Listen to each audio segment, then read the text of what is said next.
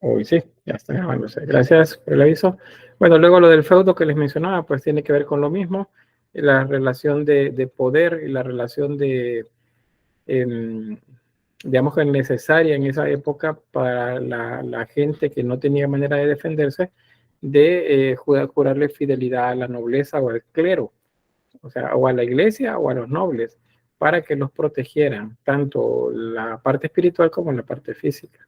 Y ambos, nobleza y clero, pues tenían ellos también la necesidad de alguien que les prodigara, pues de alguna manera, sustento, porque pues, esta gente trabajaba para ellos. Luego, pues en religión y política, y donde vimos lo último que fue acerca de los dos grupos religiosos, perdón, dos grupos dentro de la religión cristiana que se desarrollan, que son el clero regular, perdón,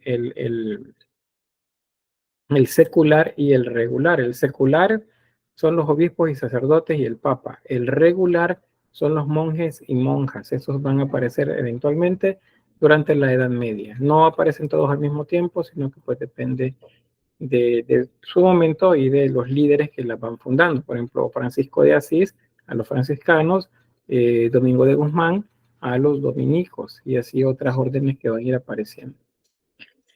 Aquí nos quedamos con esto del arte en la Edad Media del Occidente Europeo.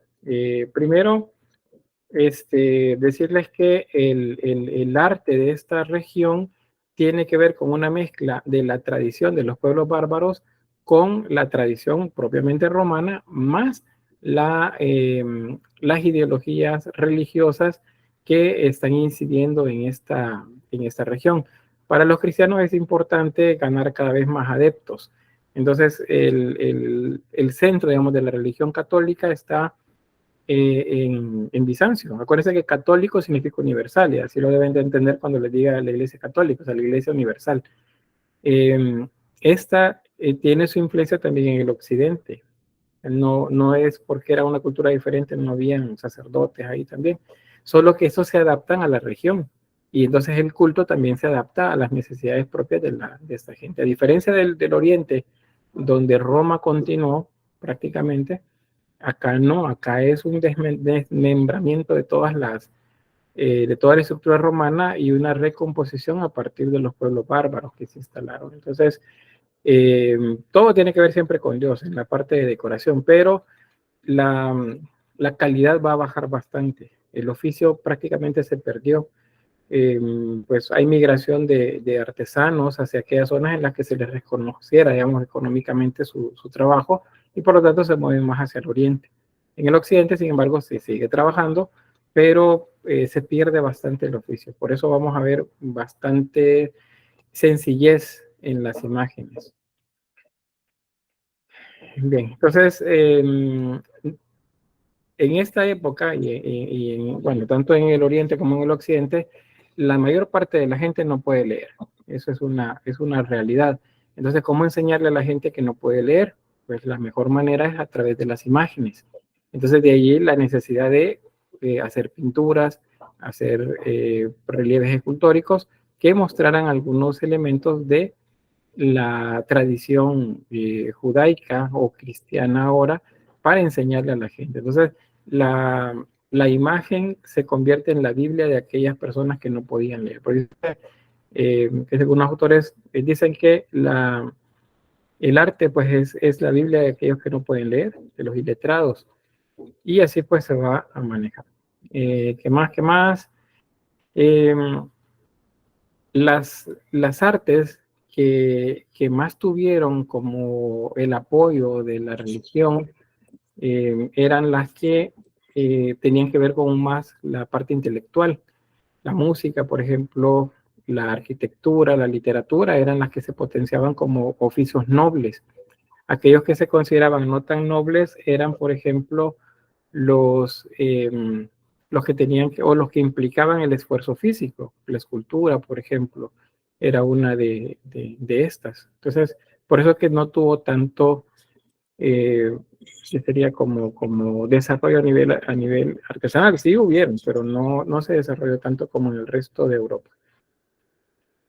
Y bueno, en ese contexto también general del arte, El prerrománico es un término genérico. Si decimos arte prerrománico, no me estoy refiriendo a uno solo, sino a un grupo de estilos artísticos y de culturas que los produjeron a lo largo de un periodo de tiempo que va del siglo V al siglo VIII o noveno, por ahí más o menos, en ese lapso de tiempo. En algunas zonas, de hecho, es el siglo XI el que se va, o el siglo XI es el que cierra ese periodo.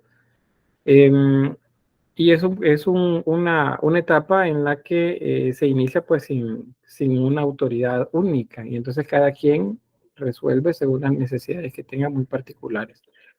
Recuérdense que si ven una imagen, por ejemplo, esta que tiene acá en pantalla, y ustedes saben que es prerrománico, si ustedes en el examen me ponen que la obra es prerrománica, no está bien. ¿Por qué? Porque dentro del prerrománico vamos a ver varias culturas. Entonces tienen que saber identificar la cultura dentro del prerrománico. Pero es como si recuerdan quienes llevaban la materia conmigo el ciclo anterior, cuando vimos el arte de la región mesopotámica. Si ustedes me respondían Mesopotamia, la respuesta era incorrecta. ¿Por qué? Porque dentro de Mesopotamia vimos a los sumerios, los acadios, los asirios, los babilonios y los persas. Entonces, tienen que saber si la obra es por ejemplo, acadia, o si era babilónica, o si era persa, o si era sumeria. Entonces, es igual acá. Decir prerrománico es un término genérico, es bien amplio. Dentro del prerrománico se desarrollaron varios estilos. Vamos a ver 5, les recuerdo acá. 3 en la Hispania y 2 en las Galias. Eso es lo que vamos a ver, aunque hubieron muchos más. Unos más pequeños, otros más, como serían como influencias, como estilos que influenciaron el arte cristiano, pero no son de tanta incidencia como los que vamos a ver. Acá tenemos algunos datos también. Todo lo que tenga que ver del siglo VI en adelante, ya propiamente, aunque comience en el V, pero el 6, el 9 al 10, por ejemplo, ese es lo que llamamos arte prerrománico. Prerrománico significa antes del románico. Entonces, ¿cuál es el siguiente periodo? Es el románico. Y románico no es Roma. Románico significa a la manera de Roma. Entonces, eso fue un arte que imitaba las ideas de Roma, pero antes de llegar ahí se da este periodo. Por eso se llama prerrománico. Bueno, en las imágenes lo que vamos a encontrar son algunas figuras como estas que observan acá. A ver. Vean, un Cristo en majestad, el que se llama un Cristo pantocrator acá. Está colocado dentro de una mandorla. La mandorla es esta forma de almendra que vemos acá. Algunos dicen que es una ojiva porque tiene forma de ojo, pero es una mandorla. Mandorla es un buen término para aprenderse.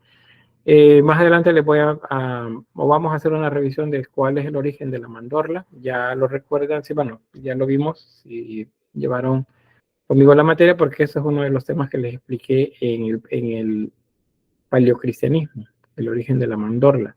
Y en los 4 lados, o sea, custodiado, Cristo aparece custodiado de los evangelistas. Aquí tenemos el águila, el ángel o el ser humano, el buey y el león. Ahí están los 4 evangelistas. Ya vamos a ver un poco sobre eso. Acuérdense que la imagen de los evangelistas es la imagen llamada tetramorfo. Y el tetramorfo es una interpretación del querubín, aquella imagen que Ezequiel dice haber visto en el cielo. Ese es lo que vemos por ahí. Para recordarlo, si se les olvidó, el evangelista Mateo es el que está representado con el ser humano, o con un hombre, o con un ángel. Ese es Mateo. Lucas es representado como un toro, Marcos como un león, y Juan, el evangelista, es representado con el águila. Acuérdense que cuando decimos Juan debemos diferenciarlo de Juan el Bautista. Son 2 Juan los que aparecen por acá. Esta es una interpretación, les repito, del tetramorfo. Acuérdense, el querubín. El querubín dice el texto bíblico que tiene 4 rostros. Y aquí 4 rostros, dice. Rostro de hombre, por un lado, de toro por otro, de león por otro y de águila por otro. Y luego dice que pues las alas con una se cubría el cuerpo, con otras volaba. Y que los pies pues tenían forma como de casco de animal. Y a la par de ellos dicen que habían otros seres. Y la apariencia de estos seres era de rueda dentro de rueda y todo rodeado de ojos. Esas descripciones del Antiguo Testamento son las que se retoman acá y se interpretan, y los artistas le dan forma y lo convierten en representaciones de los evangelistas. ¿Alguien sabe cuál es la razón de que se hayan elegido a los 4 evangelistas, ¿cómo se llama? Canónicos con esas imágenes? ¿Alguien recuerda?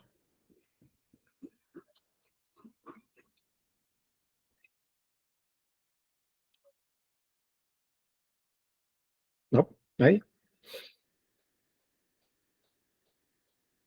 No, digan, no.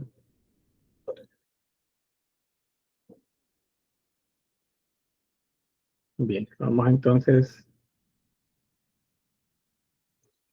No, me dice por acá, no me. Bueno, eh, supongo pues que han leído los textos bíblicos, los evangelios. Entonces, al inicio de cada uno de los evangelios hay como una nota introductoria, un capítulo 1 en el que se introduce al lector acerca de qué trata, de todo lo que van a hablar en el evangelio.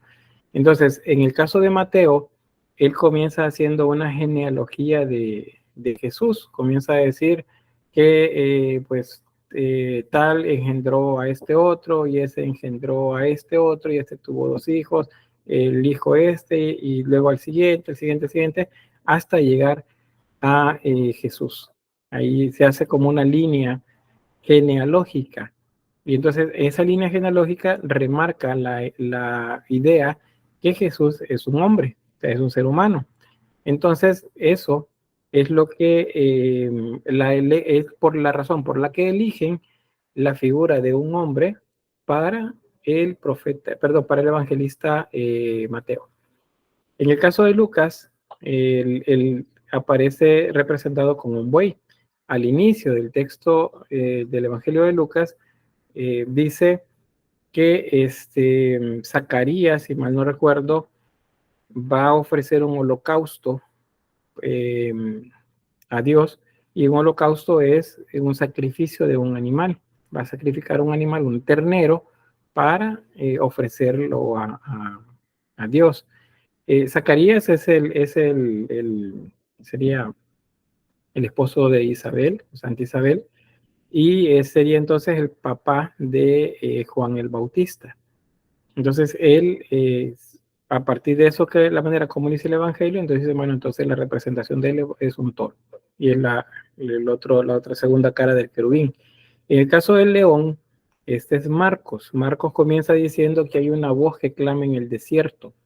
Esa voz que clama en el desierto se refiere a Juan el Bautista, a él se refiere. Entonces, esa voz la interpretan como que no es una voz, o sea, cala en el corazón, digamos, de los fieles, como si fuese un rugido.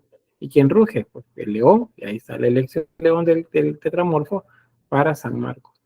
En el caso de Juan, pues es el discípulo amado, el que estaba más cerca de Jesús, y el que en el texto, las lecturas del Evangelio de Juan, dice cosas que los otros 3 no hacen o no explican.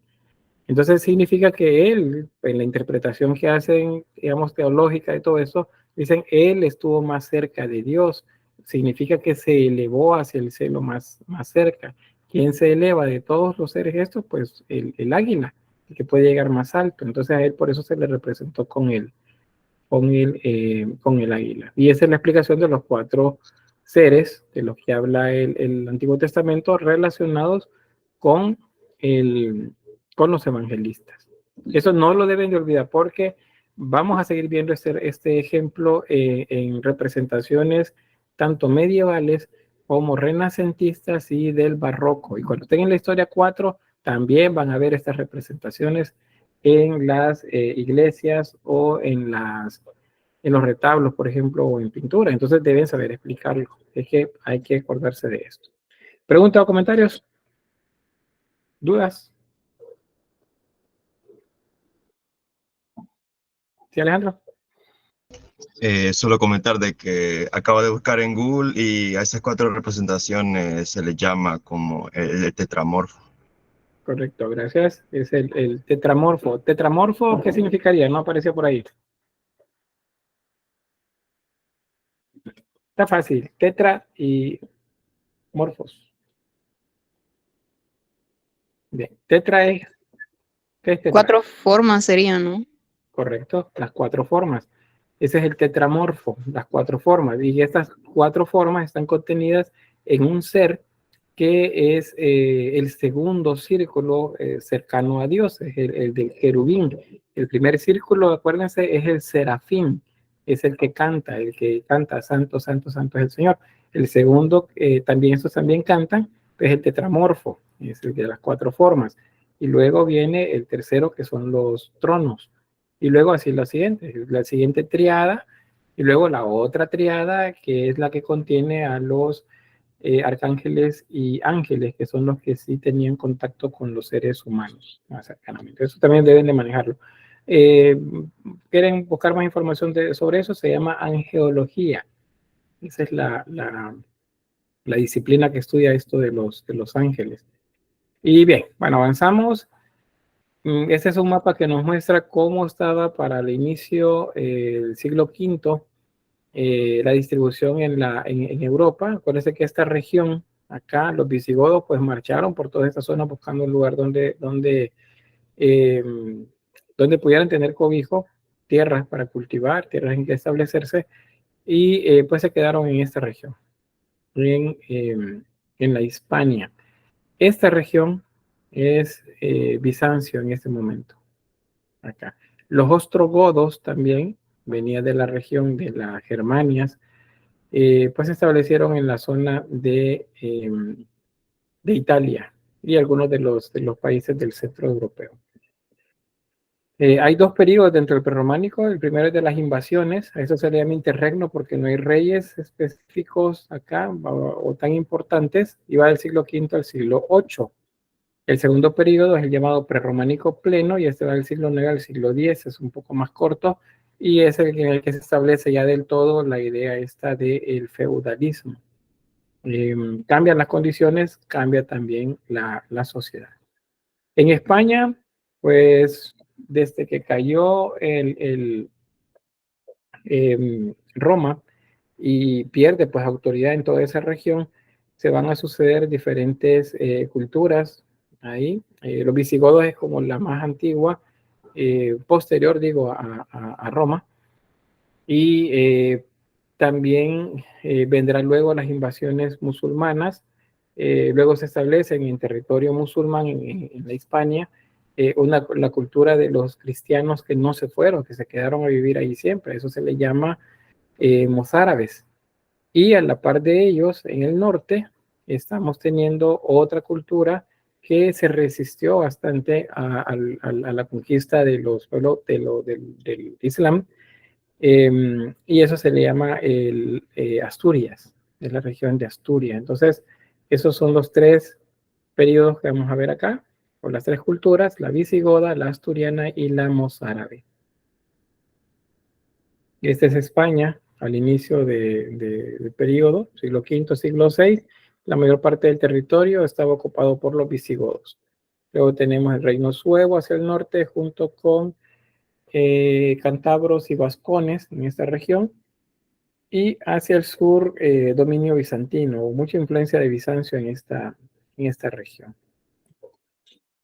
¿Quiénes eran los visigodos? Pues un pueblo germánico, como ya les mencionaba, desde el 416, o sea, antes de la caída del Imperio Romano, ellos ya estaban establecidos en la región, hicieron ¿cómo se llama? Como un contrato, no contrato, pero sería una alianza, sería la mejor palabra para describirlo, entre romanos y este pueblo bárbaro para establecerse en el territorio. La idea era que acuerparan a Roma para sostener las fronteras en esta región, pero no sucedió de esa forma. Luego firman pues el acuerdo y pues ahí se quedaron, pero ya luego en medio de todos los embates y la caída de Roma, pues eso no quedó tan claro. Acá otro mapa que les muestra los mismos, la manera como estaban establecidos los territorios, y desde esta zona que ven acá, el estrecho de Bering, perdón, ese estrecho de acá, de Bering, ¿no? Este es otro, este se llama, bueno, ya me voy a acordar. Acá pues hacen los musulmanes el ingreso en esta región hacia España, y van a terminar dominando pues a los visigodos. ¿De qué más vemos acá? Pues la cultura que se va a desarrollar es una copia en pequeño de lo que Roma ya había desarrollado. El cristianismo es lo que uniforma Europa en este momento, en Oriente y en Occidente, pues el cristianismo es lo que domina.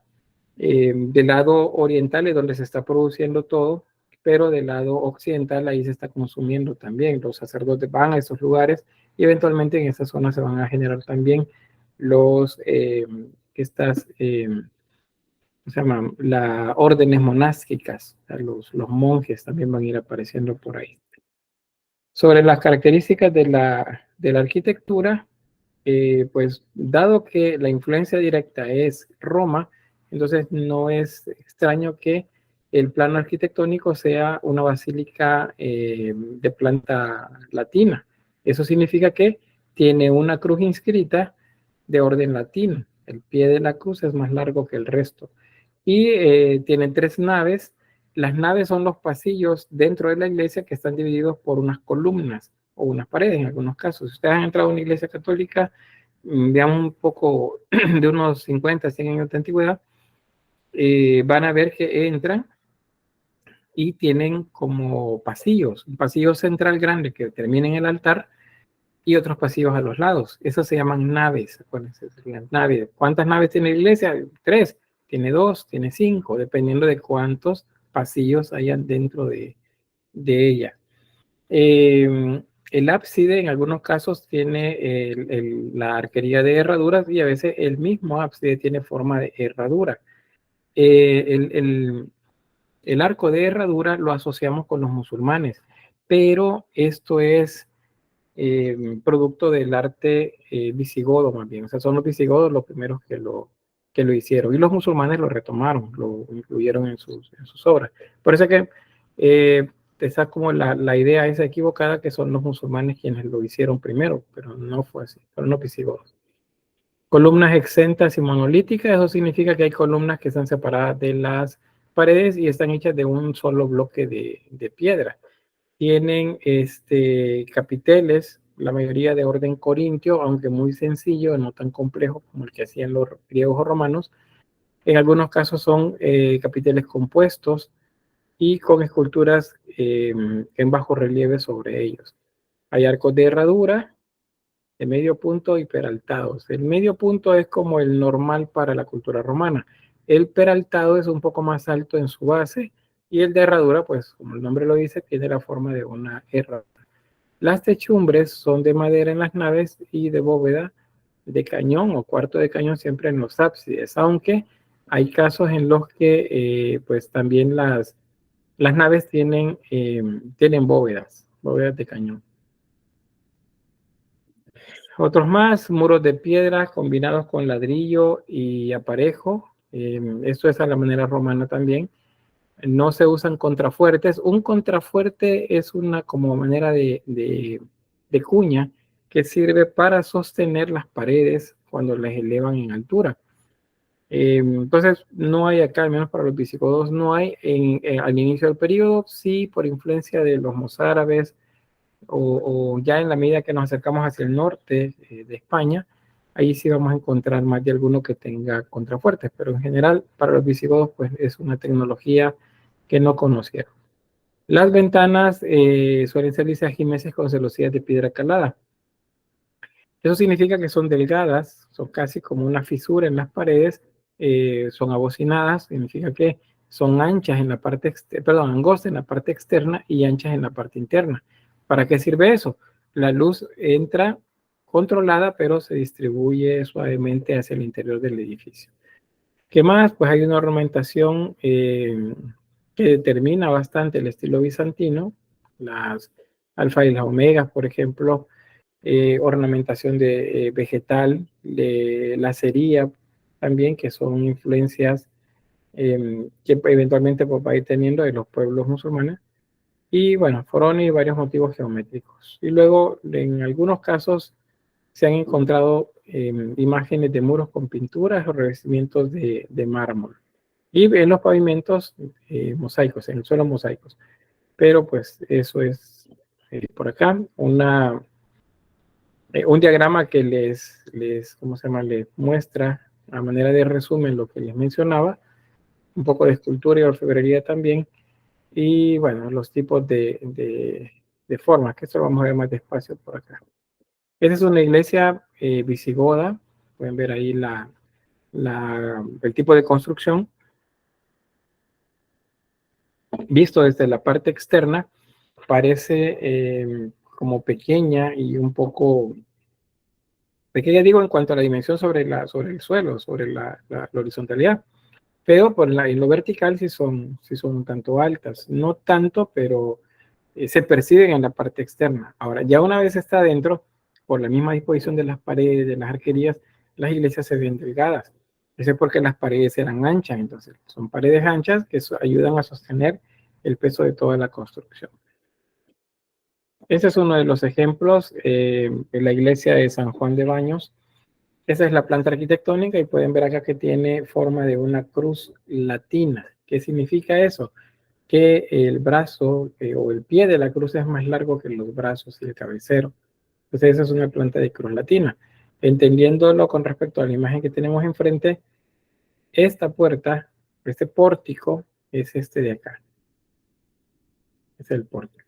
Ustedes entran a la iglesia, pasando el pórtico, y van a encontrarse una arquería de alrededor de 8 columnas que separan las naves. Siguen caminando hacia cerca del altar y van a ver entonces ahí los brazos de la cruz que se extienden a izquierda y derecha, y cada uno de ellos tiene un pequeño ábside cuadrado. Pues son probablemente, se llaman estos altares, los que habían acá, o un lugar pues para que el sacerdote pudiera también estar. El cabecero es donde estaba el altar, las imágenes. Un dato también sobre esto es que les va a servir para diferenciar el prerrománico del románico. En la arquitectura prerrománica no hay torres campanario. Las iglesias pueden verse muy similares, pero vean si tiene campanario, esas torres campanario, ya sea una o dos. Si tiene torre campanario, es seguramente románico, no prerrománico. En el prerrománico, esta es la manera de hacer las construcciones. Vean que no hay campanario como una torre, sino que hay una, llaman lanceta, esta parte,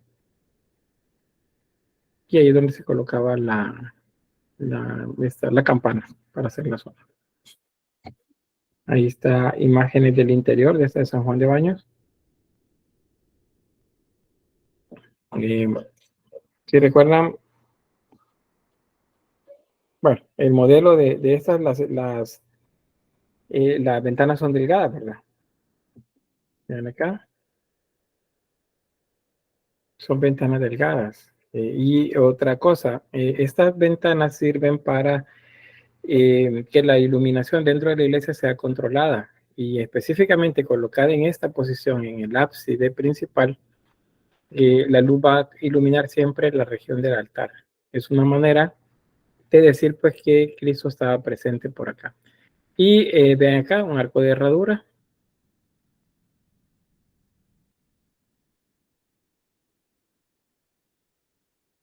¿Ya? ¿No? Bueno, ven esta otra. Vean las personas.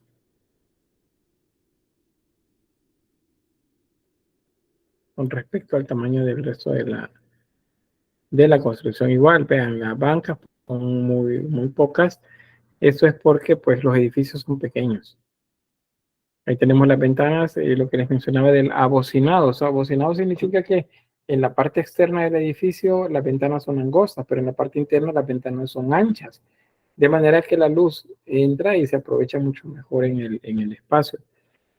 Acá, pues, por lo mismo de que esos lugares se convierten en museos, necesitan una iluminación particular. Entonces, si vemos acá, pues hay uso de electricidad en el edificio para iluminarlo. Pero si no tuviéramos eso, es muy seguro que el lugar se vería bastante oscuro, como lo tenían los, los sacerdotes, pues, en su momento.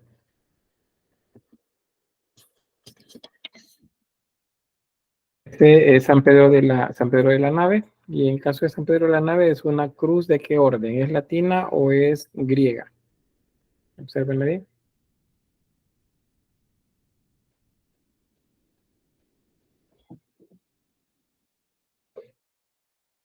No, ahí viene ese silencio incómodo.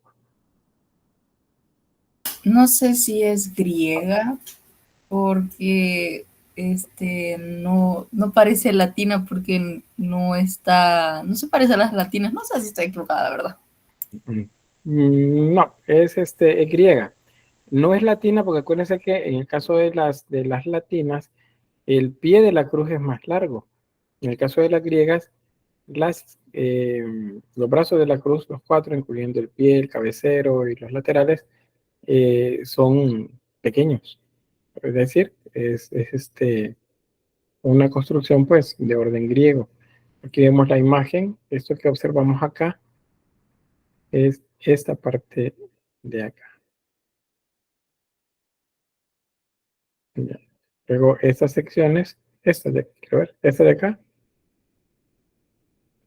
son estos ejercicios que hicieron ustedes por aquí. El interior, ahí pueden ver los arcos los arcos ojivales, las ventanas abocinadas y pues la iluminación controlada. Acá, sin embargo, siempre vamos a encontrar fotografías que nos muestran focos, ya sea fluorescentes o incandescentes, y pues no debería de ser, digo, en el sentido de que la idea es que la iglesia se muestre tal cual estaba en su momento, pero pues la museografía pues dice que deben iluminarse estos espacios y así lo hacen la gente que regenta o que cuida estos espacios. Y ahí tenemos pues mucha decoración en la región o en la parte superior de los capiteles. Este es San Pedro de la Nave siempre, esta iglesia. Bien. Sobre la escultura, pues decirles que no hay grandes ejemplos en cuanto a tamaño de las esculturas, sino que pues fue poco lo que sobre el paso del tiempo, mucha joyería que se sabe que trabajaban y que pues están por ahí, pero el relieve se utilizó bastante, con un tipo de decoración pues, bastante sencillo. En este caso, pues vean ahí las imágenes de estas joyas, probablemente prendedores o adornos. Estos pues estaban hechos con piedras preciosas, con oro y plata. O sea, actualmente son piezas que son muy valiosas, tienen mucho valor. Otra más. Sobre la escultura, pues mayormente relieve. No vamos a encontrar mucho escultura en bulto redondo. De hecho, pues no hay. Carecen de proporción. Ahí pueden ver, vean las cabezas grandes, brazos unos largos, otros pequeños en la misma persona. La ausencia de estudios anatómicos, pues es lo que decíamos, no hay naturalismo en la figura y pues eso no es, ¿cómo se llama? No es lo que se hacía en el resto de Europa, pero es la característica de este momento. El simbolismo cristiano domina bastante, no dominaban tanto la técnica para resolver la anatomía, pero las formas sí las leían bastante bien. Luego, Espacio ausente, eso significa que hay bastantes elementos que llenan todos los espacios dentro de la construcción. Del relieve, por ejemplo, en este caso, vean, está la mano y hay poco espacio alrededor, solamente las que tiene para pues, mostrar ahí la temática de la que trata la imagen. Bien, esta es la imagen esta que veíamos de ese lado, se la voy a mostrar acá y vamos a hacer una lectura de ella. Bien, alguien que me ayude y me diga a partir de la descripción. O sea, primero me dice, mire, ahí lo que veo es esto, esto y esto, y para mí representa tal pasaje bíblico. A ver, ¿quién se anima? Yo. Bueno, David y luego Francisco. Se ve la mano, una mano saliendo como del cielo o de arriba, un niño, una mesa, un hombre con un cuchillo y un cordero, además de decoraciones de plantas. Muy bien, gracias. ¿Sí? Esa descripción que me acabas de decir, ¿qué tipo de es lo que les mencionaba, el nivel preiconológico, iconológico, no, perdón, iconográfico, preiconográfico, iconográfico o iconológico?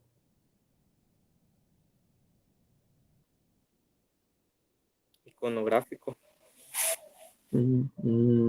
Casi, es preiconográfico hasta ahorita, pero sí, es iconográfico. Solo hizo falta decir en general, a partir de la descripción de las imágenes, la religión o aquello así general que representa.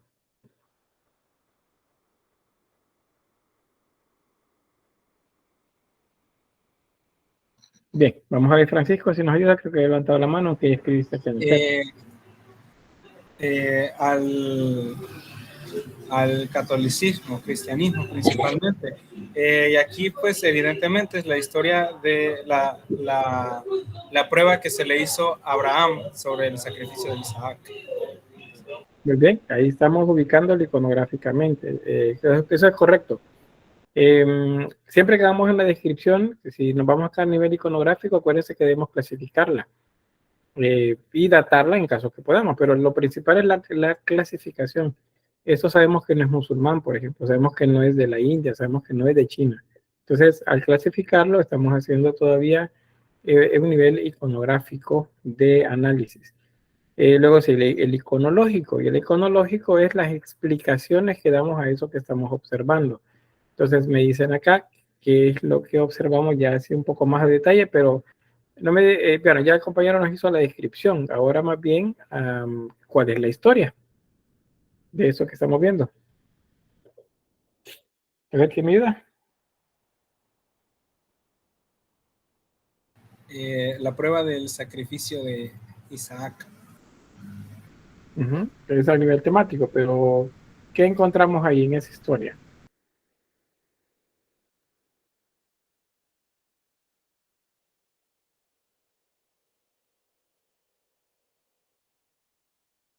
Ajá, o nadie. Como dice el meme, pero el domingo. Y si todo el mundo levantando la mano. Bien, ¿qué nos cuenta la historia del sacrificio de Isaac? Esa es la pregunta. Básicamente como Dios le pide una prueba a Abraham, que es demostrar cuán fiel es a él por medio de sacrificar a su hijo Isaac. Al momento de estar por hacerlo, Dios lo detiene diciéndole que solo era una prueba, la cual pasó. Básicamente haciendo símil del compromiso que uno debería tener para y con Dios y la creencia. Muy bien, gracias. Eso es justamente el sacrificio de Isaac. No sé, ¿qué más agrega por ahí? Bueno, quizás decir que el símbolo, ya a nivel iconológico de esto, tiene que ver con la analogía que se hace con Cristo, y Dios Padre, que entrega a su Hijo como sacrificio, porque dice el texto, porque por él fueron perdonados todos los pecados. Entonces, Dios entregó a su Hijo en sacrificio y fue inmolado en un holocausto, es decir, en un sacrificio de un fuego simbólico, porque acá pues Abraham hizo que Isaac llevara su haz de leña para prepararle el fuego en el que iba a ser cocinado, según él, pues el cordero, pero no sabía que él era el que iban a quemar. Pero en ese momento aparece bueno, según esta imagen, la dextera Domini, o la mano diestra de Jesús, y dice que no se haga eso, porque pues ya había comprobado que iba a ser alguien obediente. Y ahí viene la promesa, que serán miles, pues como arenas del mar, los hijos de Abraham. ¿Cómo algunos interpretan esto de lo de que va a tener muchos hijos Abraham? Pues que él es el patriarca de muchas religiones. En este caso, el cristianismo católico, pero también tenemos el Islam, el cristianismo no católico también, los hebreos también, solo hay 4, y así otros más, algunos más, denominaciones quizá un poco más pequeñas. Pero pues eso es lo que se dice. O sea, él tiene, a partir de eso, de la promesa que se le hizo, pues hubo una cantidad de religiones que lo tienen a él como patriarca, como parte de ese origen. Bueno, vamos a avanzar. Estos son temas como el que ven en la parte superior acá de la imagen, son temas fitomórficos, zoomórficos que muestran ejemplos de la vida eterna. Este es un pavo real, a ambos lados, y son símbolos de la vida eterna. Al centro es un árbol de la vida. Lo que está justo sobre ella es lo que se llama flor de lis. Este de acá, la parte de arriba, es una flor de lis.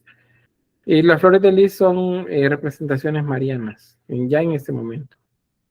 Algunos lo asocian, como el caso de los meroviños, con insectos, en este caso una abeja. Pero pues va a depender del lugar también. Otro capitel, solo que en este caso nos muestra a, ¿cómo se llama este personaje? Daniel, adentro de un foso, con 2 leones que se suponía se lo iban a comer, pero resulta que al día siguiente el captor de él abre el lugar y resulta que ahí está Daniel sentado con los leones a la par, y a él no le ha pasado nada. Pensaban que sí se lo hubiese devorado, pero no pasó así. ¿Qué más? No sé, ¿alguien quiere agregar sobre esto? La idea de Daniel en el foso de los leones. Lick, ¿puede contar un poco más acerca de la historia de Daniel con los leones? Que no la conozco mucho. Pues así a detalle no la recuerdo tampoco, pero pues él fue apresado. Me parece que es porque él no quiso adorar a los ídolos o a los dioses de otra religión.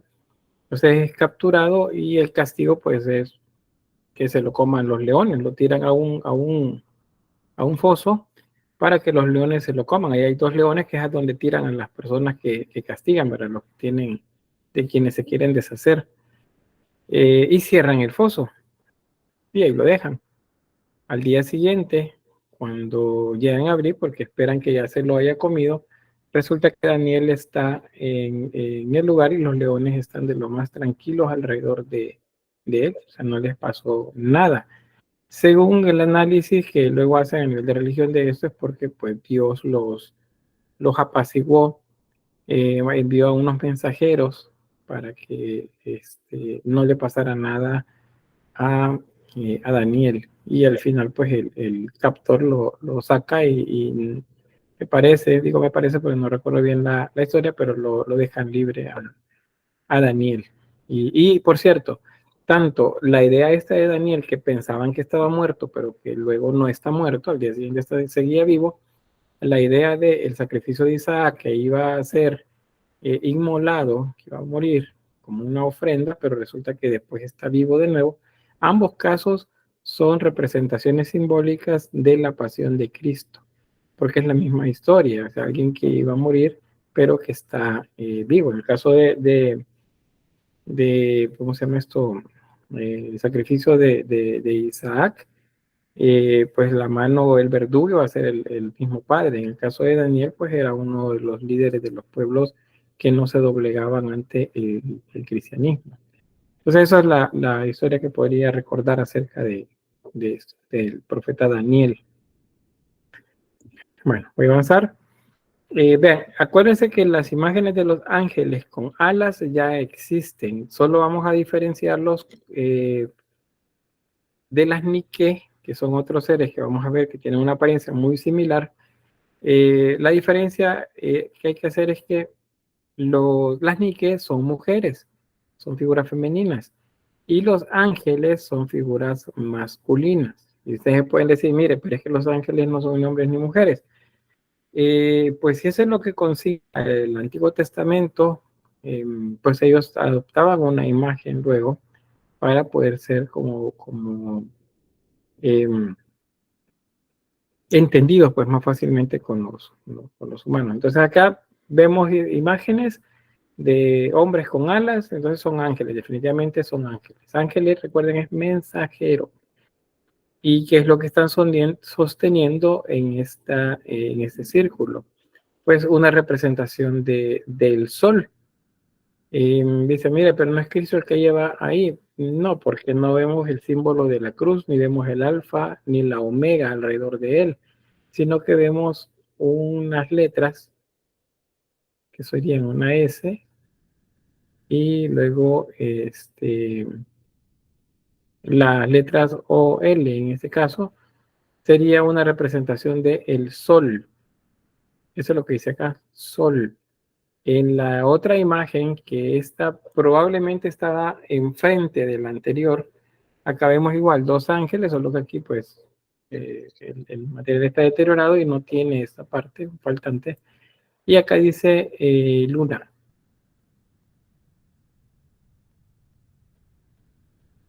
Ahí está, es una luna, vean. Mire, pero lo que tiene en la cabeza son cuernos. No, no son cuernos, son representaciones lunares, es una media luna creciente, la que vemos acá. Y acá abajo sobre la cabeza lo que tiene son pues rayos que salen detrás de la cabeza y pues así lo vamos a entender. Hay otras, más adelante vamos a ver algunas imágenes de Cristo también con nimbos radiantes, que también los hay, pero los ángeles no, eso es diferente. Bien, pregunta sobre la escultura. No, lo he todo claro. Bien, gracias. Todo claro, me dice también por acá. ¿Ves? Sí, Francisco. No soy tan ávido de las escrituras, pero por lo que veo y entiendo, se podría decir que algunas historias, como por ejemplo la de Daniel en el Pozo de los Leones, o la de también Daniel en un horno de fuego, o la de Abraham con Isaac, pudieron haber sido escritas posteriormente al suceso de la pasión como un modo de símil del mismo, o se podría decir que son, véase, premonición de esta, o bien adaptaciones con el tiempo de historias más antiguas a versiones más parecidas para estar en relación. La última de las afirmaciones que haces, o las preguntas que hacías, es tomar el Antiguo Testamento, los textos del Antiguo Testamento, que eran los que existían previo al aparecimiento del cristianismo como una secta y eventualmente como la religión oficial de Roma, cuando comenzaron a conformar el Nuevo Testamento, entonces comenzaron a hacer relación con el Antiguo Testamento, de manera que hubieran cosas que coincidieran, porque en el Nuevo Testamento ustedes dicen, y de esa manera se cumplió lo dicho por el profeta. Entonces ahí vemos la relación. O sea, el texto se escribió por decirles 500, 1000 años después de Abraham, por ejemplo, o de Moisés. No sé cuánto ahí, no recuerdo, no conozco tampoco muy bien la cronología bíblica de estos personajes, pero es muy posterior. Entonces lo que se hace es se acomodan, por así decirlo. Ahora, lo estoy diciendo de esta forma, van a decir, no, ¿cómo crees? ¿Cómo crees que eso va a ser así? Es que no, estaba escrito y así se tenía que cumplir. Pues sí, pero esa es doctrina, es lo que nos enseña. La lógica a nosotros nos hace más bien pensar en un reacomodo de lo que se está escribiendo para relacionarlo con lo que ya estaba escrito. Así es como va funcionando. No sé si estás bien ahí, Francisco. Sí, entonces en dicho caso, lo que sería acomodado sería el Nuevo Testamento a las escrituras antiguas. Correcto. Más que las escrituras antiguas al Nuevo Testamento. Decía porque me parecía un momento. Bueno, decía porque me parecía bastante peculiar que distintas historias tuviesen un parecido bastante amplio entre sí, más teniendo en cuenta que a Daniel le pasó, creo, 2 veces lo mismo, una en el foso de los leones y la otra en el horno de fuego, aunque bien no recuerdo bien si Daniel también estuvo en el horno de fuego o solo sus compañeros, pero sí sé que fue mismo periodo, pero aún así son historias bastante similares, lanzados a un lugar para morir por no adorar las imágenes y culturas babilónicas, sí, babilónicas, pero pues resulta que no están muertos. Muy bien, ese es el análisis, justamente, gracias. Así va a suceder con otras historias también bíblicas. ¿Cuál es igual acá? El tetramorfo, por ejemplo, las 4 imágenes que ahora representan los 4 evangelistas canónicos, se retoma de la imagen que menciona Ezequiel en el Antiguo Testamento. Entonces, pues ahí es donde se van haciendo las relaciones. Bien, voy a volver a estas imágenes que tienen ahí a la vista, el sol y la luna, el día y la noche. Estos, les decía, probablemente estaban uno frente al otro. ¿Y por qué? Porque son símbolo del paso del tiempo, de esa progresión temporal de un día a otro. Y al estar a izquierda y a derecha del altar, por ejemplo, entonces está diciendo que es lo que se desarrolla ahí, lo de la imagen de Cristo representada probablemente en alguna imagen en relieve o pintura en la iglesia, significaba que era eterno, o sea que está entre el día y la noche, entre el devenir del tiempo, por lo tanto es eterno. Eso es lo que significa cuando vemos símbolos de la luna y el sol en los laterales. Acuérdense, en Bizancio teníamos imágenes en iconos en los que aparecían el sol y la luna a izquierda y derecha. Son símbolos del transcurrir del tiempo, del devenir del tiempo, se dice. Bueno, voy a pasar aquí a la pintura porque pues quiero que me alcance el tiempo para ver la otra temática también. Sobre esto, pues decirles que en las iglesias hay poco. Muchas de estas pues no tenían tanta decoración, otras sí lo tenían, pero el repello se cayó de las paredes. En lo que sí se han encontrado pinturas es en los llamados manuscritos o miniaturas. Miniatura no significa que sea pequeño, eso es una mala interpretación del término. Aquí vean, los colores decía que eran vivos y hasta chillones. Es porque utilizan bastante color amarillo y el naranja. Una tonalidad de naranja en particular es a la que se le llama minio, el color minio. Bueno, en mi caso que vengo de una ciudad de artesanos donde pues hay mucho manejo de pintura, recuerdo cuando cursé algún aprendizaje en la escuela de artesanos que había, que decían alcanzame el color minio, alcanzame el minio, y uno sabía que era el color naranja el que había que alcanzar. Entonces, miniatura viene de eso, de minio, es un color minio el que predomina en las imágenes. Porque los libros realmente eran grandes, eran manuscritos, o sea, se escribían a mano, se escribían con tinta. y se acomodaba con pinturas alrededor también, que orientaran también un tanto la lectura. Entonces eran libros grandes, pero se le llama miniatura, acuérdense. Bueno, algunos datos acá, figuras con bárbaro e infantil dibujo, y vamos a ver algunos. Gusto caligráfico, en los, pues hay mucho gusto por hacer letra. De hecho, la letra visigoda gusta bastante con el paso del tiempo para los textos que se consideran sagrados, lo que ocupan los copistas a la hora de estar haciendo pues el trabajo de copiar de un texto a otro.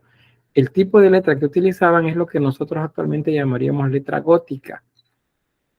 Gótico le decimos nosotros, letra gótica, pero el término es caracteres visigóticos.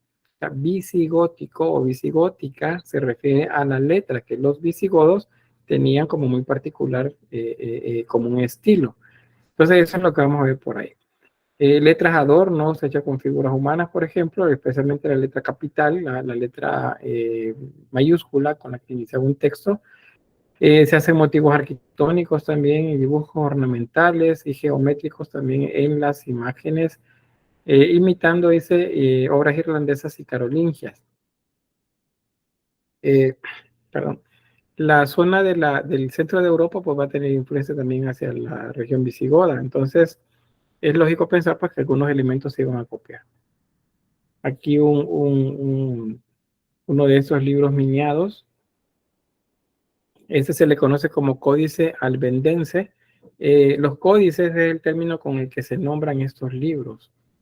Y pues ahí vemos arquitectura, en este caso es un palacio en el que se observan acá en la parte de arriba algunos, vemos como los habitantes de la ciudad que observan hacia afuera, y afuera vemos también acá pues representaciones de un rey, igual acá, donde hay una procesión en la que se le está dando tributo a ese rey. Y lo demás, pues, símbolos de la flor de lis o el árbol de la vida también que se hacía. Digamos, las tiendas de campaña de los ejércitos también se representaban así en las imágenes. Otros más. Hay un dato sobre estas representaciones y es ¿cómo se llama? La isocefalia. ¿Quién me recuerda qué es la isocefalia?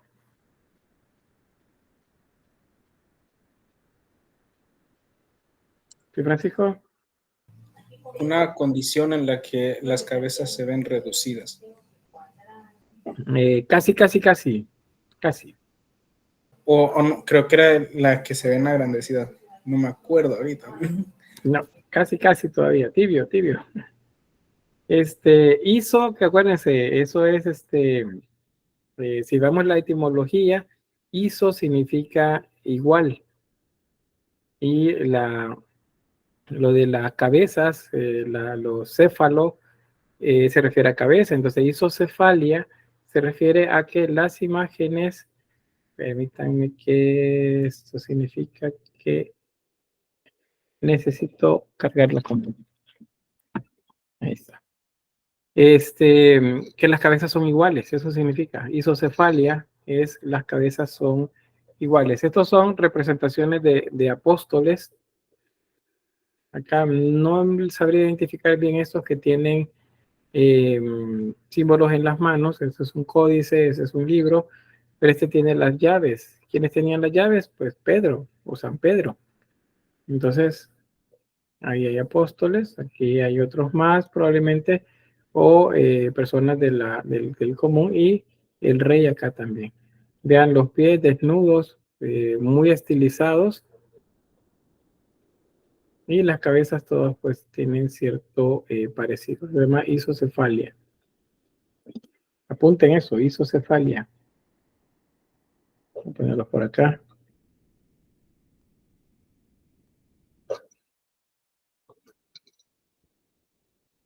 Isocefalia.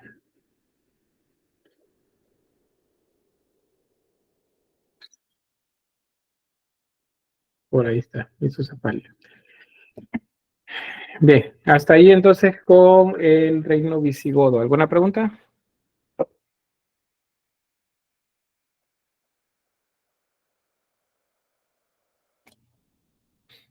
Si no, vamos al siguiente. Esto es Asturias, el reino de Asturias.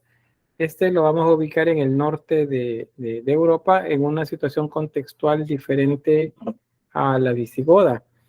Eh, Resulta que pues al final del siglo VIII, pero inicio del siglo VIII en adelante, que sería el año 700 en adelante, los musulmanes comenzaron a ganar territorios en la península ibérica y entonces se apoderaron de la región. Muchos cristianos que no querían pues estar bajo dominio de los musulmanes, que no querían vivir en esa realidad, migraron hacia el norte. Y en esa región ya había un reino, que es Asturias. Y entonces acá esos se van a mantener, digamos, a raya la frontera de los musulmanes acá, y pues se logran mantener lejos de la ocupación, o por lo menos no ocupan territorio. Eso también porque tienen cierto apoyo del Imperio Carolingio y pues mucha gente que migró hacia el norte. Acá en esta región, lo que vemos aquí como Emirato de Córdoba, que es territorio musulmán en este momento, ya acá lo que había era el dominio visigodo. Entonces lo conquistan los mozárabes, perdón, los árabes, los islámicos, perdón, y los católicos, cristianos católicos que vivían acá y que se quedaron, que se siguieron con su vida religiosa, estos se les llamó mozárabes. Entonces, el arte mozárabe, que también lo vamos a ver, ese es contemporáneo del arte asturiano, que es este que vamos a ver en este momento. Entonces, si hablamos de Asturias, hay que entender que buena parte de España en este momento estaba bajo dominio de los musulmanes. Acá vamos a tener un pequeño resumen. Hablar del arte de Asturias, pues se divide en períodos, el preramirense, el ramirense y el postramirense, porque el rey Ramiro I es uno de los que más apoyan el desarrollo de las artes y ordenan territorio también. Y es decir, que en ese momento Asturias tiene un crecimiento, tiene un esplendor, pues, para la época de Ramiro I. Por eso antes de él y después de él, ¿verdad? Preramirense, posramirense, los otros periodos de desarrollo de la cultura, uno de formación, el de esplendor y uno de decadencia también al final. Bueno, ahí vamos a tener esto. Las iglesias se coinciden como espacios que son altos en cuanto a la construcción. Son iglesias pequeñas siempre, pero tratan la manera de elevarlas en altura para que se eleven. Entonces se construyen otras zonas a la par de la iglesia para que sirvan como cuña. Y junto con eso también los que se llaman contrafuertes. Los contrafuertes sirven para detener el peso, por así decirlo, de la estructura. Vamos a ver acá algunas. Aquí tienen lo de las etapas que les mencionaba, la deformación, la prerramirense, la ramirense y la posramirense, y ahí los reyes que corresponden a este periodo: Alfonso II, Ramiro I y Alfonso III, del siglo VIII al siglo IX o X de nuestra era. Y pues las iglesias se mantienen bastante similares en este periodo. Tal vez son unos elementos nada más que van a cambiar, pero en general se mantienen bastante similares las iglesias en esta región. El grupo de Facebook les voy a compartir algunos enlaces de grupos de Twitter, la actual X, en la que ustedes pueden si tienen Twitter, pueden agregarse, y pues hay bastante información de arte prerrománico y románico que se comparte en de España. Hay muchas iglesias en esa región. Acuérdense que es una época esta en la que el mundo está ruralizado. Entonces, la zona rural del norte de España es muy rica en cuanto a muchas de esas iglesias. No vamos a verlas todas nosotros, sino que solamente un par de casos, porque pues solamente es como mostrar las características que correspondían al estilo asturiano. Bueno, ¿qué características? Pues tratar de emular el reino visigodo anterior a ellos. También la relación del poder del rey. El rey prácticamente dominaba todo. Hay un predominio de la arquitectura también, especialmente las estructuras con bóveda, más que otras artes. Por ejemplo, la escultura no hubo mucho desarrollo, salvo para elementos decorativos. Pintura no hubo mucho desarrollo tampoco, salvo para algunas imágenes muy simbólicas, algunas bastante sencillas en las paredes. Por eso pareciera casi que niños pequeñitos hicieron esos dibujos en las paredes. Pero lo que sucede es que pues, los artesanos migraron hacia otras regiones y el oficio se fue también perdiendo. No es que se siguió enseñando para que lo hicieran cada vez mejor, sino porque se fue perdiendo. Y los que habían, pues era lo que pintaban.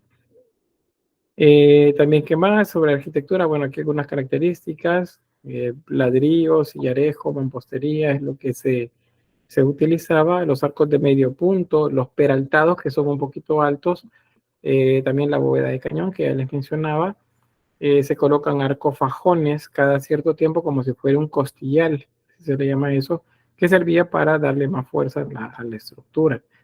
Los muros compuestos también, habían arquitecturas ciegas, eso significa que los arcos están pegados a las paredes y pinturas al fresco, de una temática bastante amplia, pero muchas de ellas también enfocadas a lo religioso. Acá otros datos más, basas decoradas, fustes sogueados. Vean, esta palabra, si gustan apúntenla, sogueado. Sogueado es lo mismo que decíamos con los musulmanes, por ejemplo, cuando hablábamos de lacería. Si recuerdan, lacería, ¿a qué se refería de esa decoración?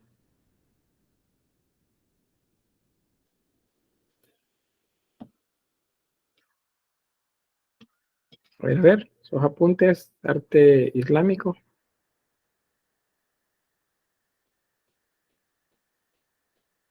¿No?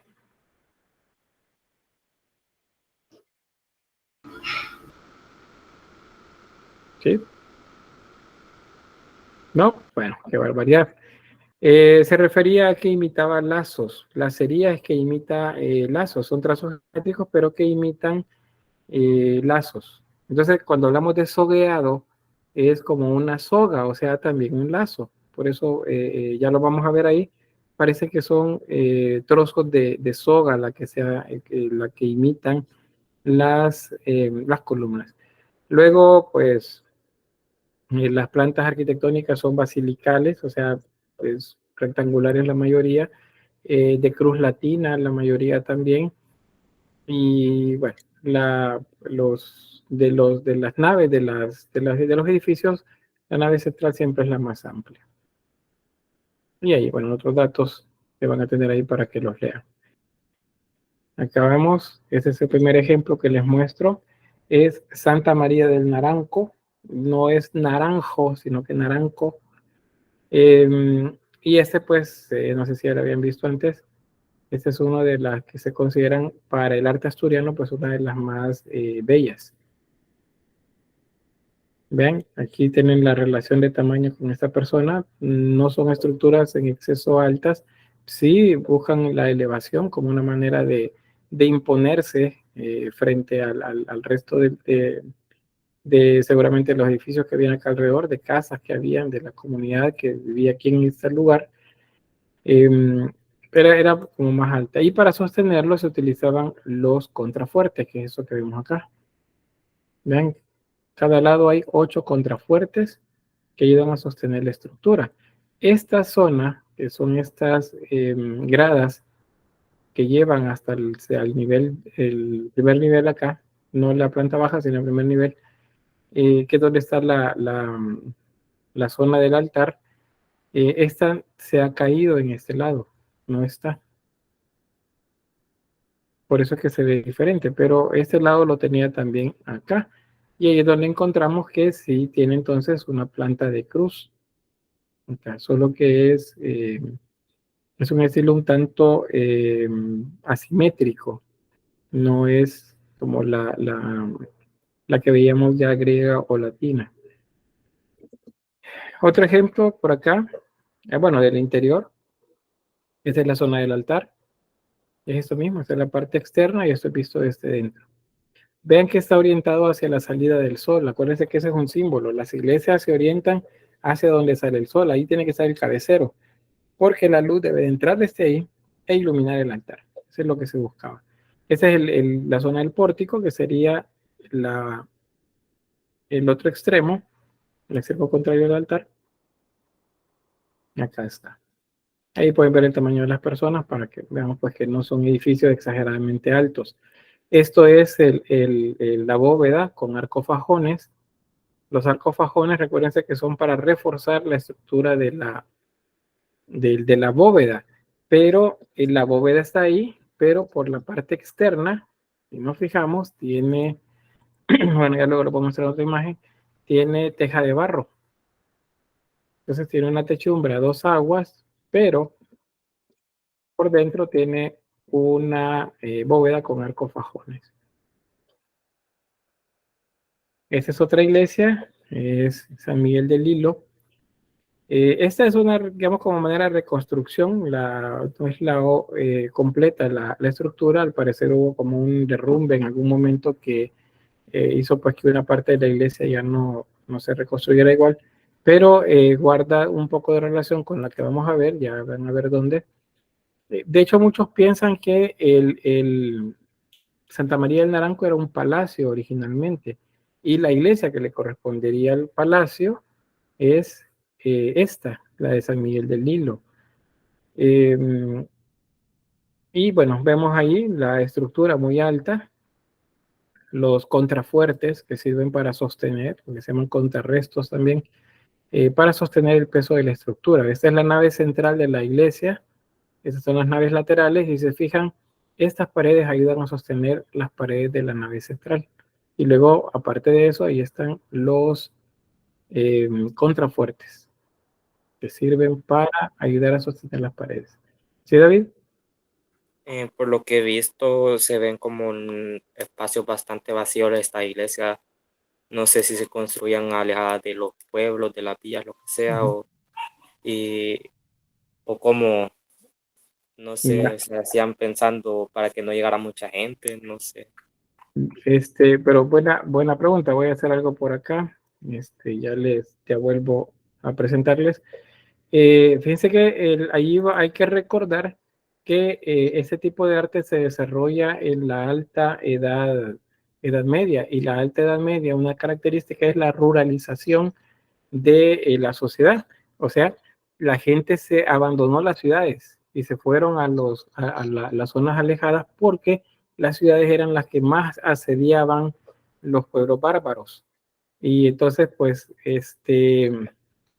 era como complicado que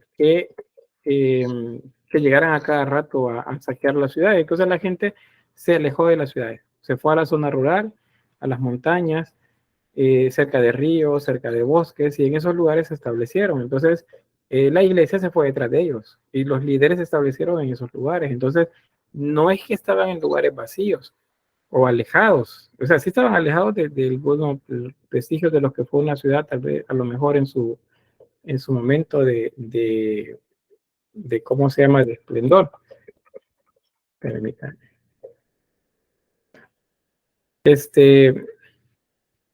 Entonces es característico de estas iglesias que estén así como alejadas. Actualmente quedaron, digamos, un poco alejadas del lugar en donde la vemos actualmente, pero ya van a ver acá. Les voy a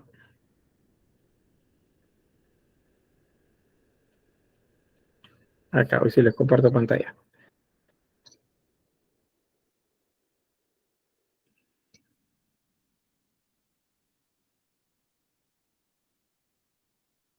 Bien, vamos acá a Google Earth y resulta que eso es la península ibérica.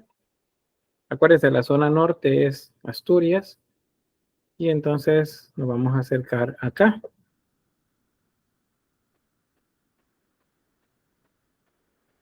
Ahí tenemos la posición de la iglesia San Miguel del Lilo, esa que les acabo de mostrar, vean. Y sí, efectivamente, ustedes ven alrededor es mucho bosque, pero cerca de ese lugar había una ciudad histórica desde la época medieval que se llama Oviedo. Oviedo actualmente es una gran urbe, vamos, para la zona norte de España. Pero en la época medieval era una ciudad un poco grande, pero esas iglesias están en los alrededores, en la zona rural, porque ahí es donde estaban los villanos, la gente pobre. Entonces ahí es donde se iban la gente. Vamos a ver por acá. Eso es lo que sucedió. Entonces, efectivamente, sí, se buscaban lugares alejados de las grandes ciudades para establecerse, pero era porque prácticamente toda la cultura era esa, en lugares alejados. Ven, aquí si ustedes mueven este personaje, pueden ubicarse en una posición en la que pues permite ver ahí pues la iglesia. Ahí tenemos un costado de San Miguel del Hilo. ¿Sí, David? Era básicamente como un medio de protección, ¿verdad? Tenía menos casas, menos cosas juntas, menos cosas de valor juntas, y entonces no tenían como tantas razones para atacar los bárbaros, ¿verdad? Básicamente sí, aunque luego, o sea, eventualmente también se volvieron lugares no muy tranquilos para vivir porque dependiendo si eran zonas que tenían mucha riqueza de recursos, me refiero, lugares para cazar, para cultivar, entonces siempre venía un pueblo más y venía a tratar de quitárselos a ellos. Entonces era una constante lucha luego entre aldeas también. Eso es lo que volvió a la necesidad que les decía hace un par de clases, y bueno, al inicio de esto también, a que la gente pobre, digamos, los villanos, se aliaran, le juraran fidelidad a los señores, en este caso eran los nobles o la iglesia, porque ellos eran los que los protegían entonces, y los nobles y la iglesia necesitaban quien les produjera a ellos algún tipo de provecho, digamos, económico. Entonces ahí es donde se hace esa relación que es la que deviene luego, al final de este primer periodo de prerrománico, en lo que se llama feudos. Entonces ahora la gente va a buscar acercarse a estas iglesias, por ejemplo, o a los palacios, porque sabe que allí está la persona que los va a cuidar, los va a proteger en caso que venga el ataque de esta otra región. Entonces, al final siempre es una zona de intranquilidad, ¿verdad? Pero pues la relación esa que se establece de feudal es la que les va a permitir eh, un tanto de estabilidad al final o al cabo de un par de siglos.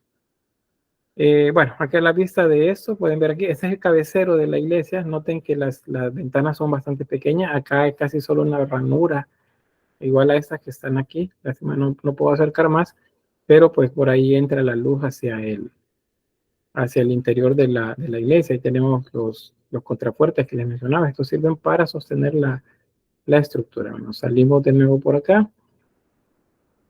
Ya me perdí. Aquí está. Vamos a ver si hay otro.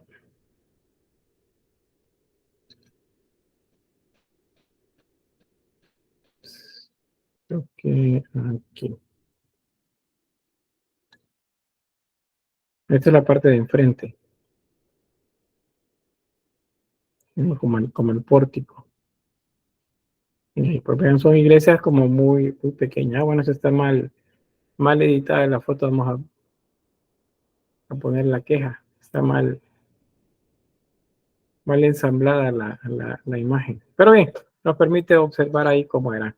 Ahora les voy a mostrar algo. Fíjense que, acuérdense que les decía que algunos bueno, historiadores afirman que San Miguel del Lilo era la iglesia y Santa María del Naranco era el palacio, pero que luego el palacio pues, se convirtió también en una iglesia. Y eso es por la cercanía. Si nos vamos acá, ahí tenemos la San Miguel del Hilo, ahí está. Luego vamos a ir detrás de ese camión que va ahí.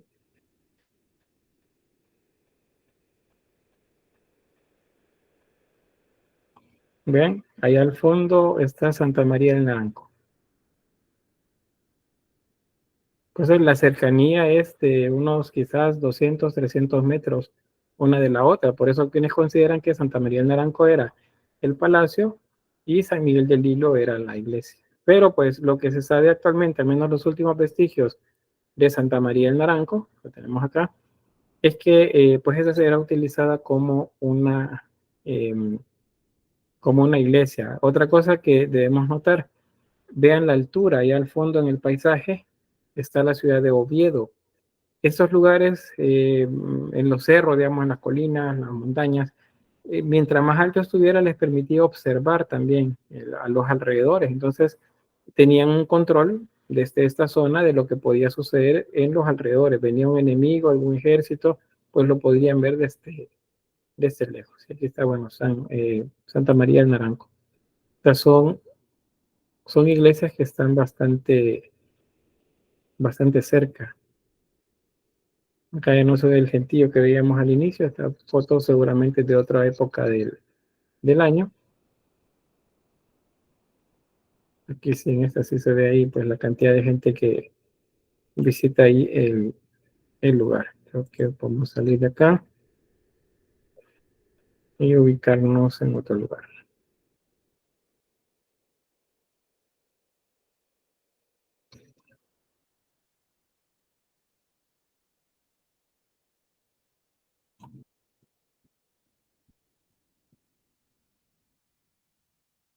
Esta es la parte posterior de la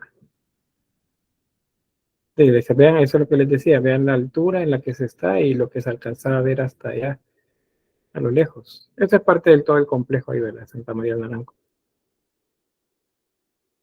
Este sería el equivalente al pórtico y en el otro extremo estaría el cabecero, o sea, la zona del altar, en dirección a la salida del sol. Siempre eso es como norma. La salida del sol y la orientación de los brazos de la cruz de norte a sur, eso es regla para estas iglesias. Bien, vamos a dejar ahí a San Miguel del Hilo y a esta región al norte de España. Vamos a ver, volvemos por acá. Siempre les recomiendo ese programa para que puedan ir a hacer una vuelta a esos lugares. Es bien interesante conocerlos sin ir hasta allá, porque cuando podamos ir, eso va a ser pues algo, como dicen, soñado. Bien, ese es el interior. La luz, acuérdense, vean, la iglesia es oscura. Este es San Miguel del Hilo. La iglesia es oscura, pero la zona del altar tiene mucha claridad. Eso es muy, muy simbólico. Es parte de la idea de decir que en el altar, pues la presencia de la luz es una representación de la presencia de Cristo en el lugar. Una manera de que la gente, pues, le ponga atención a eso. Este es San Julián de los Prados, también en la región de Asturias. Vean, esta es una iglesia de planta arquitectónica basilical, cruz inscrita de tipo latina y con 3 ábsides, en este caso cuadrados. El ábside principal es el del cabecero y un pórtico también cuadrangular en la base. El pórtico es este cuadrito que vemos acá es esto que está aquí. En cuanto a algún elemento, bueno, aquí vemos estos círculos, a eso se le llama tragaluces y el término con el que se nombran para ese tipo de arte es ojo de buey. Y estos sirven para iluminar también la iglesia. No hay grandes ventanales acá, sino que las ventanas son bien pequeñas, que solamente es para que dejen entrar de manera controlada la luz al lugar. Otro aspecto que también lo veíamos en las iglesias visigodas y que se mantiene también acá, es que se ubica en una pared a la que se le denomina lanceta las campanas. No vamos a encontrar campanas en los campanarios, así como estamos acostumbrados a ver en las iglesias. Los campanarios no son parte del arte prerrománico. Es una manera que ustedes van a poder diferenciarlo. Cuando vean una iglesia que tiene un campanario a la par, ya no es prerrománico. Ese es el siguiente periodo o uno de los siguientes periodos. Es que pues eso es una manera de identificar las que son prerrománicas. Y tenemos otra más, vean que el estilo se mantiene. Esta se llama San Salvador de Valdedios y pues es la misma estructura, contrafuertes, una nave central principal, una lanceta para colocar ahí la campana, las naves laterales, contrafuertes, pues se mantiene lo mismo, las ventanas delgadas para un ingreso controlado de la luz al interior, porque es parte de lo que se enseña también acá. Y lo mismo, vean, son cercanos a bosques, porque están hechas en zonas rurales, porque allí es donde estaba la gente, en las aldeas. Había una aldea, ahí había que poner una iglesia, porque se suponía que ellos pues necesitaban quien los orientara ahí. Este es el interior de esta de San Salvador de Valdedios. Ahí tenemos la luz principal para iluminar la región o la zona del altar.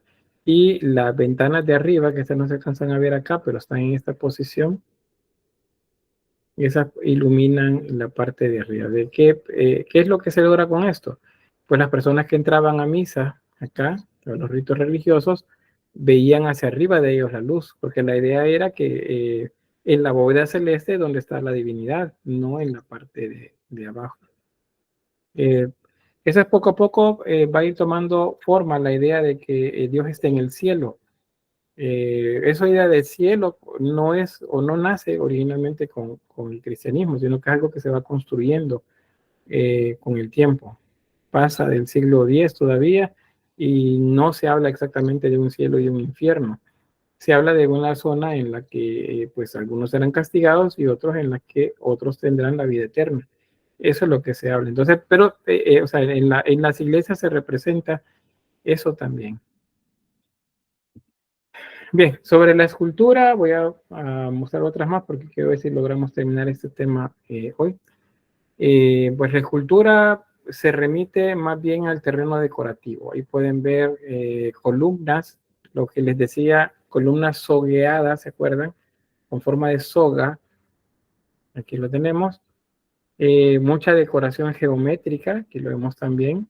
La que representa hojas, por ejemplo, o la que representa también un poco de bandas sogueadas acá, no sogas, o los círculos también sogueados con representaciones del Cordero o de los evangelistas, por ejemplo, o de flores o con cruces inscritas, porque eso es lo que como es lo que más se utiliza para la decoración, pues son símbolos siempre, en el caso de los círculos, son símbolos solares, o sea, hacen o remiten a la idea de Cristo. Igual las cruces. En la zona norte de España, la zona norte de Europa en general, estas cruces van a ser conocidas. Las zonas también de Bretaña, hacia el norte, pues la isla que actualmente conocemos como Gran Bretaña, o Inglaterra, allí hay bastantes también de estas. ¿Cómo se llama este lugar? Irlanda, las cruces irlandesas que se llaman actualmente, pues tienen su origen en esas que vemos por ahí. Bueno, esas son ventanas. Dice, bueno, que son ventanas, ¿cómo es que esto es escultura? Es que quien lo hacía, la persona que trabajaba, el artesano que trabajaba esto era un picapedrero y era él el que se encargaba de modelar escultóricamente las formas de estas ventanas con celosías. Vean, eso es trabajo en piedra. Un trabajo como muy, muy delicado. Igual este de acá. Arcos de herradura, acuérdense, las arcos de herradura son visigodos, pero como en este territorio mucha gente que venía huyendo del dominio musulmán, que eran visigodos, terminaron pues estableciéndose en esta zona. Entonces de ahí es donde vemos esa influencia con estos arcos. Las cruces que tienen alfa y omega, acuérdense, principio y fin es una representación de Cristo. acá, y de la redención. Bueno, sobre la pintura, igual hay poco, muy simbólico también, en este caso crismones, por ejemplo, un alfa, una omega por acá. Los colores amarillos, rojos, como los más utilizados, son bastante ocres los colores, y hay bastante también simbología en los cabeceros, por ejemplo. Aquí tenemos el cabecero de la iglesia de San Quirze de Pedret, y ahí tenemos por ejemplo, las ventanas abocinadas y las imágenes por aquí. Y mira, pero ¿cómo era posible que esto era lo que hacían los artesanos de esa época? Pues es para lo que tenían capacidad de hacer. Y eso es lo que lo representaba. O sea, es un arte bien, bien simbólico. No interesa la anatomía, no interesa que se parezca al 100% a la figura humana, sino que interesa que se muestre como como un símbolo. En este caso, una representación de Cristo, por ejemplo, o de un orante. Sobre él la imagen de una paloma que representa el alma. No representa la paz, no representa el Espíritu Santo. Eso todavía no se configura a nivel conceptual o filosófico. Va a ser un poco después. El símbolo para las palomas es el símbolo del alma. Y bueno, vamos a ver otra más por acá. Esa es la que está aquí al lado izquierdo de la pantalla. Es esta que vemos acá.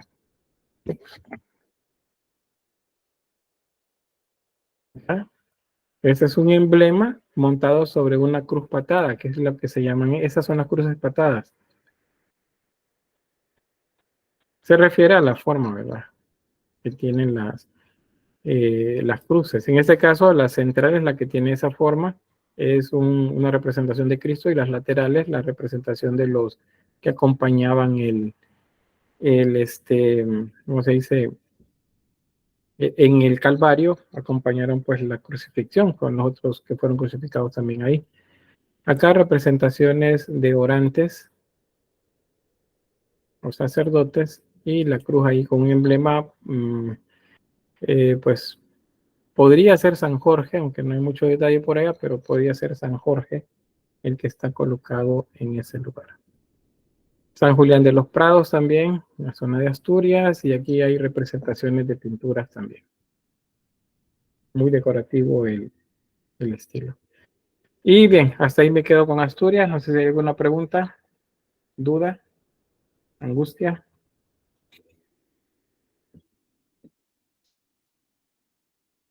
No, Lick, ¿No? por mi parte todo claro. Muy bien.